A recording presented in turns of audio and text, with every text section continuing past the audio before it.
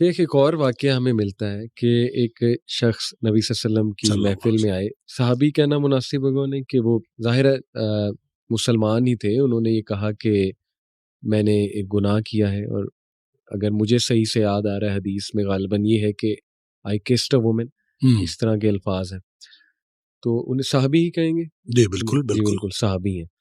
تو نبی صلی اللہ علیہ وسلم خاموش ہو گئے غالباً. اس کے بعد نماز پڑھی گئی، اور نماز کے بعد واقعے میں آتا ہے کہ آیت نازل ہوئی اور نبی صلی اللہ علیہ وسلم نے اس کو یہ بشارت دی کہ آپ کا گناہ اللہ نے معاف فرما دیا. ایسا کچھ ہے؟ نہیں، وہ حدیث واقعہ کیا ہے؟ بالکل واقعہ ہے، اور لیکن اس میں ایسا ہے کہ اس نے اپنے گناہ کا ذکر کیا. ٹھیک ہے کہ میں اس طرح کا گناہ کر بیٹھا ہوں. تو نبی پاک صلی اللہ علیہ وسلم اس سے پوچھا کہ ہمارے ساتھ نماز پڑھی ہے؟ ٹھیک.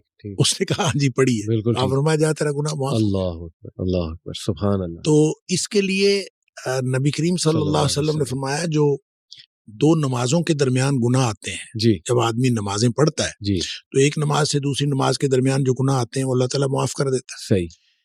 دیکھیں پیوریفیکیشن کا ایک سسٹم ہے. صحیح. نماز بھی پیوریفیکیشن کا نظام ہے. بالکل ٹھیک. رمضان سے رمضان تک، جمعے سے جمعے تک. صحیح. یعنی ایک جمعہ پڑا ہے دوسرے جمعے تک. صحیح. ایک رمضان سے دوسرے رمضان تک. صحیح. ایک عمرے سے دوسرے عمرے تک. ایک حج سے دوسرے حج تک. صحیح. چاہیے درمیان میں جتنے گناہ ہیں یہ جب اللہ تعالیٰ معاف کر دیتا ہے، جو حدیث میں آتا ہے، تو یہ صغیرہ گناہ ہے. صحیح. چھوٹے گناہ ہیں جو بغیر توبہ کے معاف ہو جاتے ہیں. بالکل ٹھیک. جو کبیرہ گناہ ہیں وہ بغیر توبہ کے معاف نہیں ہوتے. بالکل صحیح. اور اگر اس میں کسی بندے کا حق انوالو ہے تو جب تک حق ادا نہ کیا جائے اس وقت تک معاف نہیں ہوتے. لیکن صغیرہ گناہ جو چھوٹے چھوٹے گناہ ہیں یہ معاف ہو جاتے ہیں.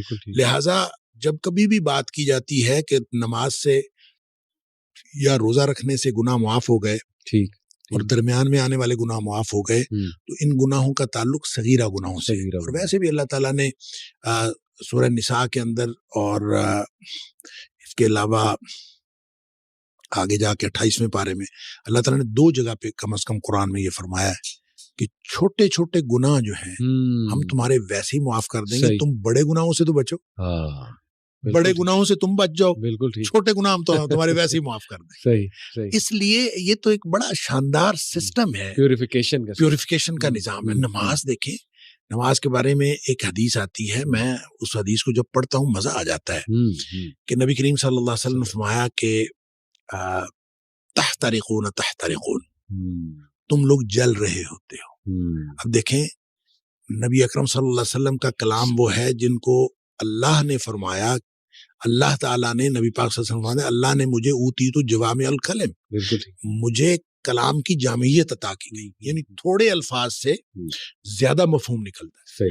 وہ اللہ کے نبی دہرا رہے ہیں تحترقون تحترقون، تم جل رہے ہو، تم جل رہے ہو. صحیح. گویا گناہوں کی بھٹی میں جل رہے.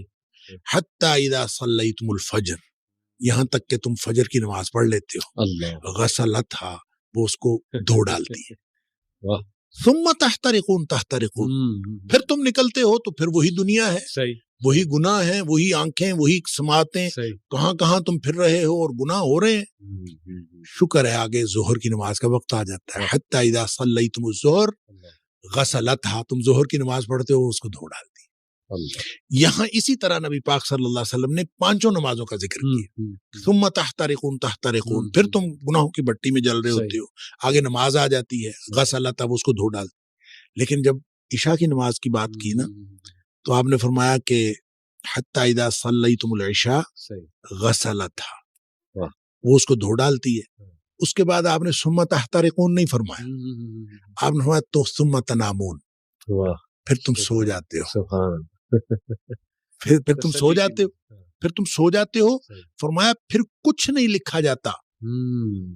یعنی پھر گویا وہ جو تحترقون ہو رہا تھا، گناہ ہو رہے تھے، وہ گناہ ختم ہو گئے. سوئے ہوئے کے آدمی کا تو کچھ نہیں لکھا جاتا. ویسے بھی نبی پاک صلی اللہ علیہ وسلم فرمایا رفع الاقلام عن ثلاث، 3 قسم کے لوگوں سے قلم اٹھا لیا جاتا ہے. تو سوئے ہوئے سے قلم اٹھا لیا جاتا، تمہارے اوپر کچھ نہیں لکھا جاتا حتی تستيقظوا، جب تک تم جاگ نہ جاؤ اس وقت تک کچھ نہیں لکھا جاتا. اچھا، اس کا مطلب یہ ہے کہ جو نہیں سویا عشاء کے بعد تو وہ تو تحترقون تحترقون ہو رہا ہے. صحیح. تو یہاں سے ایک بات، ایک مسئلہ نکلتا ہے کہ ہم جو عشاء کی نماز پڑھ کے جاگتے رہتے ہیں اور 11-12 بجے تک جاگتے رہتے ہیں تو ہم گناہوں کو سمیٹتے رہتے ہیں اور غسلت ہا کیے بغیر سو جاتے ہیں.